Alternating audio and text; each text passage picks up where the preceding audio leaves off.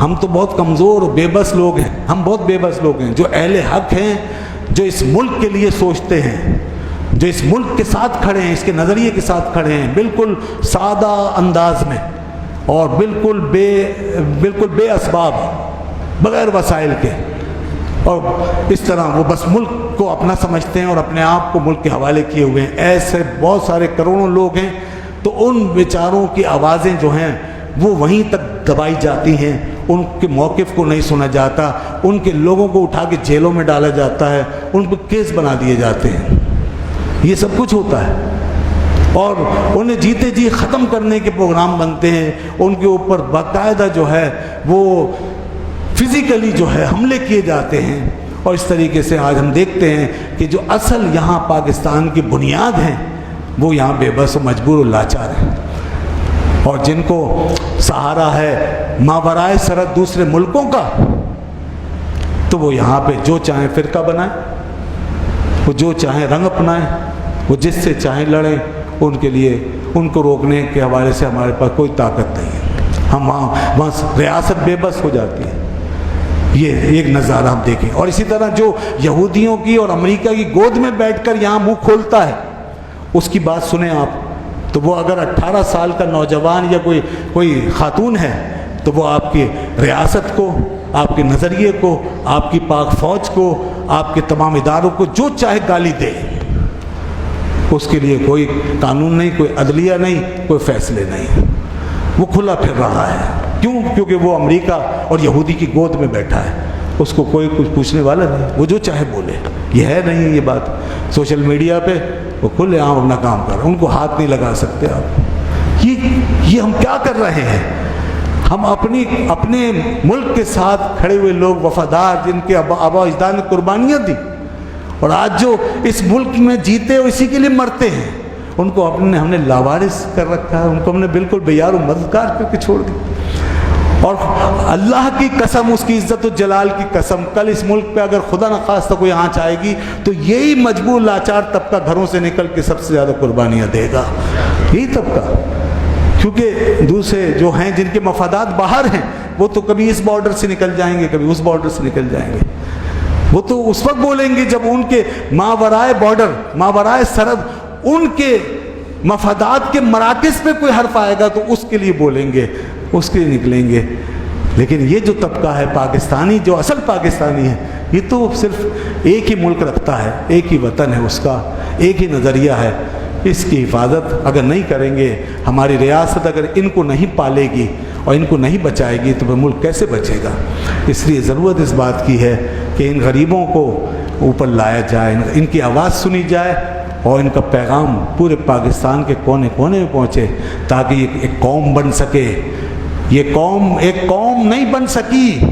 کیوں نہیں بن سکی؟ اس لیے کہ مختلف مفادات کا کھیل چلتا رہا، ماورائے سرحد ہماری برادریاں قائم رہیں، ہمارے تعلقات اور رشتہ داریاں قائم رہیں ماورائے سرحد۔ ہم یہودیوں کی ترجمانی کرتے رہے، امریکہ کے ہم ترجمان بنے رہے، ہم کرائے کے ٹٹوؤں کی طرح یہاں اپنی زبانیں چلاتے رہے اور قلم اپنے ہلاتے رہے اور ہم لوگوں کو گمراہ کرتے رہے۔ اس لیے قوم منتشر رہے گی جب تک یہ سارے دروازے بند نہیں ہوں گے، اور جب تک اصل پاکستانی کو نہیں پہچانا جائے گا کہ اصل پاکستانی کون ہے، جو اس ملک کے لیے سانس لیتا ہے، اس سرزمین کے لیے جیتا ہے، اس کے لیے مرتا ہے۔ کیا مشکل ہے کسی کو یہ بات پہچاننے میں؟ صاف نظر آ جاتا ہے، یہ ہے وہ سچا پاکستانی جو اپنی دھرتی کے لیے جیا اور اپنی دھرتی کے لیے مر گیا۔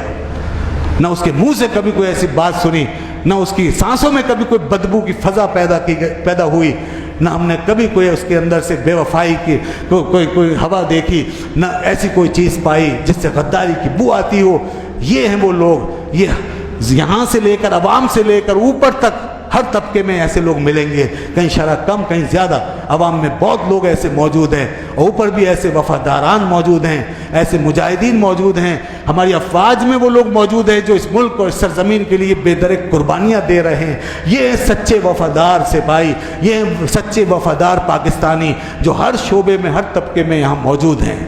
عدلیہ میں ملیں گے، پولیس میں ملیں گے، اور سیاسی لوگوں میں بھی کچھ نہ کچھ ہوں گے، صحافیوں میں ہوں گے جو وطن کی دعائی دے رہے ہیں، ہر ایک سے بالا تر ہو کر آپ کو سچا پیغام پہنچا رہے ہیں، سچی بات بتا رہے ہیں، اور آپ کو اس دنیا کے نقشے کے اندر آپ کی حقیقت سے آگاہ کر رہے ہیں۔ ان کو پہچاننا ہوگا، اور باقی ساری چیزیں جو ادھر ادھر کی ہمیں نظر آ رہی ہیں اس سے ہمیں بچ کر کے ہمیں اپنے صراط مستقیم پر چلنا ہوگا۔ بس یہی اصحاب کہف کی دعا ہے، اے اللہ ربنا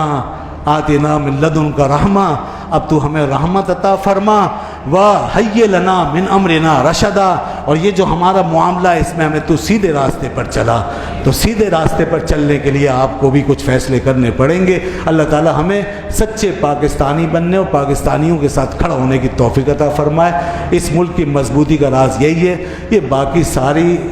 دل بہلانے والی باتیں ہیں کہ 14 اگست آئی اور لوگوں کو، قوم کو ٹی وی پہ نچا دیا، نغمے سنا دیے، اور بس طبلے بجوا دیے، ڈھول پٹوا دیے، رقص کروا دیے، اور کچھ رسمی پروگرام کر کے لاکھوں کروڑوں روپیہ خرچ کر دیا۔ ٹھیک ہے، جو چیزیں شرع اور ہماری غیرت کے مطابق ہیں اس قسم کے پروگراموں میں کوئی حرج نہیں، لیکن ہم نے یہ سمجھا کہ یہی بےہودگیاں کر کرا کے، جو کہ اکثر بےہودگیاں ہی ہیں، کر کرا کے ہم فارغ ہوئے، پاکستان بن گیا، مضبوط بھی ہو گیا، قوم پھر زندہ ہو گئی۔ قومیں ایسے نہیں بنتی، قومیں بنتی ہیں قومیت کی پہچان سے، قومیت کو راسخ کرنے سے۔ آج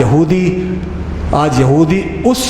نسل کو اپنے اندر قبول کرنے کے لیے تیار نہیں ہے کہ جس کی شادی باہر ہو گئی،